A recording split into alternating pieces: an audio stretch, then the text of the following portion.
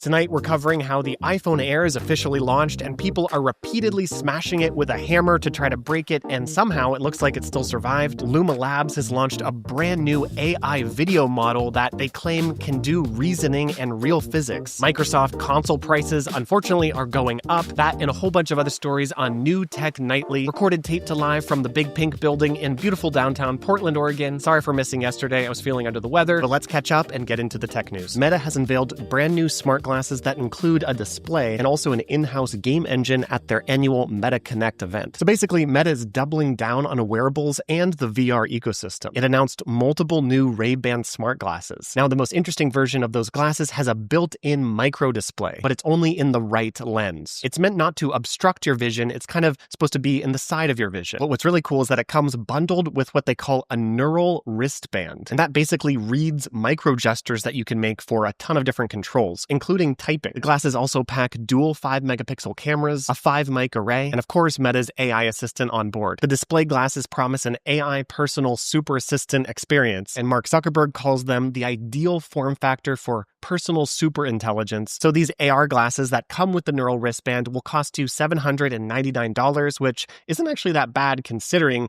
the kind of technology that they're delivering here. But of course, that's still quite a bit of money, although it's rumored that Meta is actually going to be losing money on the hardware per unit, or at least breaking even, because they're trying to lead the industry and get adoption as high as possible. But that's not the only pair of glasses that they announced. They also introduced the Oakley Meta Vanguards for $499. Now, these ones do not have a display in them, but these are more sport-focused smart sunglasses under the Oakley brand. They do have a camera, and they do have speakers, and they do have AI integrated that can help athletes on a whole bunch of different activities. For example, they can pair with fitness apps like Strava to show real-time workout stats when you ask the AI, and they have a whole bunch of other athlete-focused features. And by the way, the original camera glasses co-developed with Ray-Ban also got a refresh too. Still no display, but this version is a lot cheaper at $379, and the new model has double the battery life and an improved 12-megapixel camera. Now, this isn't hardware, but it is pretty interesting. Meta also announced the Meta Horizon engine. This is a direct shot at Unity, which Meta used to use as the platform for a lot of the gaming experiences on their VR headsets, and they say they spent the last 2 years building their custom game engine from scratch. This new engine loads 4 times faster than Unity and can support 100+ users in the same instance versus only 20 before. Zuck says this is fully optimized for bringing the metaverse to life, so they have not given up on the metaverse quite yet. And honestly, I never thought they were giving up on it. I think Zuck really sees augmented reality and virtual reality as the future of computing, and I don't see them slowing down in either of those verticals anytime soon. And look, there's always a whole bunch of press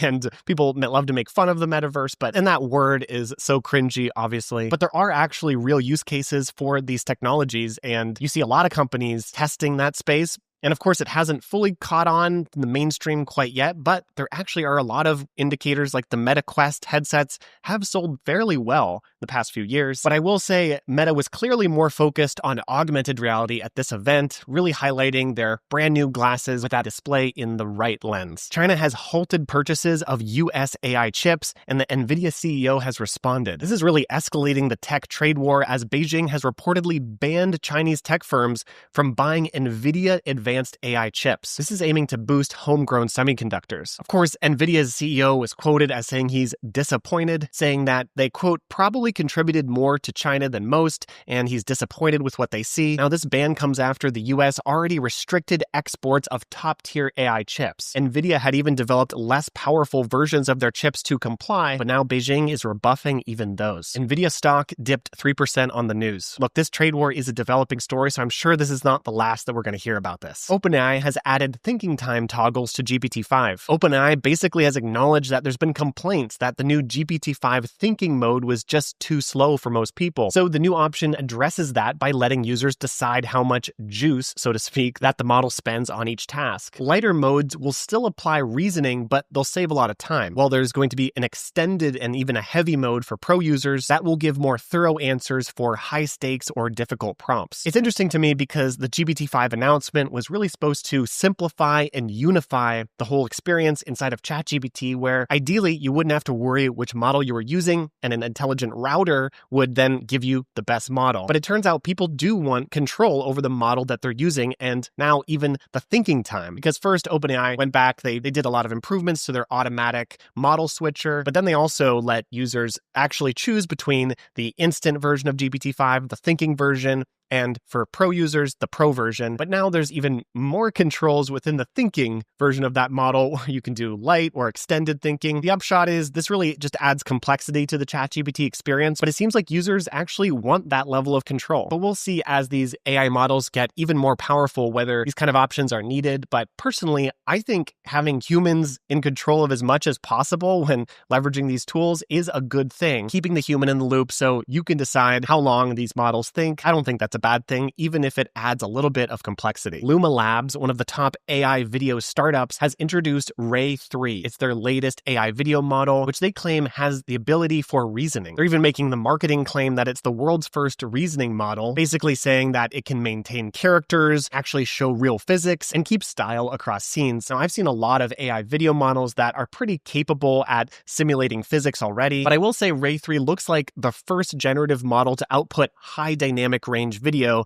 HDR video, and you can even feed in SDR video and have Ray 3 upconvert it to vivid HDR. Now, HDR, in my opinion, is not really an essential thing to have. I worked in the film industry for years. It can be great for certain use cases, but often you don't need to have such a high dynamic range available in every single shot. But as I said, it's definitely great for certain use cases. What is cool is that Luma says the model can follow complex multi-step instructions, and then it can critique early drafts, and then iterate on that itself until a quality bar is met. That sounds pretty cool, but I feel like I'll have to test that to actually see if there's a meaningful difference in the outputs from other models. There is a cool feature called visual annotations that allows users to sketch on an image, for example, to guide the camera movement or object placement, and Ray 3 will obey those drawn instructions. Now, again, I've seen that done with other models, but it's a great feature to add. But they're really stressing that this model is great at temporal consistency, and that is really important. Having characters retain their form across frames, objects obeying more realistic physics, motion blur and lighting looking more natural. These are all really, really important things to get right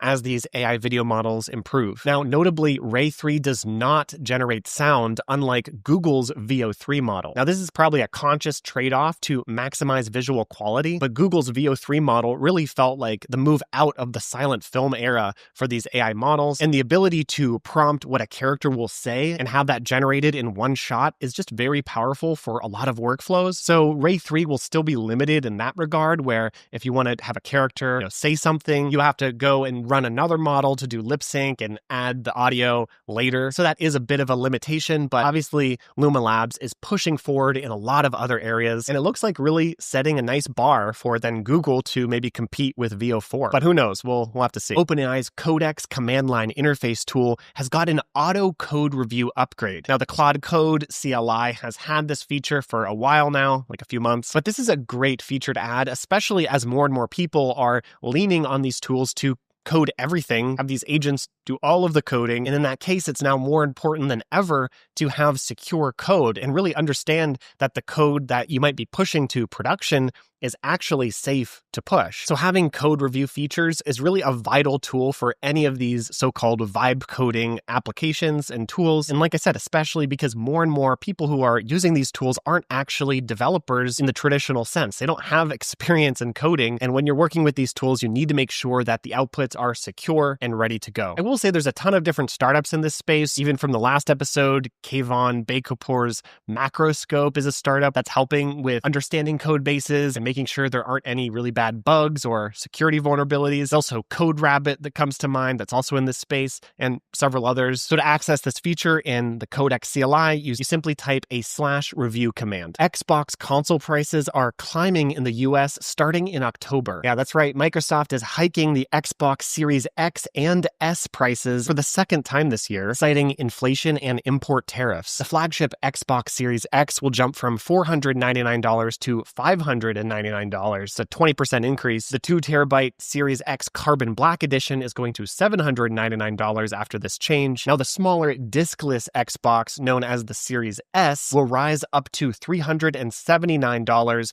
previously at $299. Microsoft said this is due to market conditions and the rising cost of development. Even the accessories were affected by this. The Xbox wireless controllers even got a $5 increase to $64.99 when they were previously at $59.99. But of course, Microsoft is not alone here. Sony has already raised the price of their PlayStation 5 in many regions, and even Nintendo bumped the cost of its next-gen Switch accessories. There's some viral iPhone Air durability tests, and they show that Apple's ultra-thin phone is holding up. Now, of course, the iPhone Air is Apple's thinnest iPhone ever at just 5.64 millimeters thin. But of course, this sparked Bendgate flashbacks for many people when the iPhone 6 would easily be bent in half just using two hands. Now, of course, on the announcement, Apple claims that the iPhone Air was one of their most durable iPhones ever. And in an interview, Apple's marketing chief literally tossed it across the room to a reporter and said, "Try and bend it." There are some pretty intense stress tests being shared online. One of these videos shows a user not just trying to bend an iPhone Air over a table edge, but repeatedly whacking it with a hammer. And the pretty shocking result is that the ultra-thin iPhone survived. I mean, this phone looks absolutely indestructible. It's insane how hard people are trying to bend this phone, and this phone is just saying, nope, not today. I mean, at this point, even the diehard skeptics are pretty impressed. Now, there's probably some way you could theoretically get this phone to break, but it looks like you could even smash this thing with a hammer multiple times. Before you go, if you live in Portland, Oregon, this is the soft launch version of this show. I want there to be multiple hosts on this show, more of a conversational vibe. So if you would like to be a part of this show, please reach out and email us at hello@resonant.works. All right, see you tomorrow.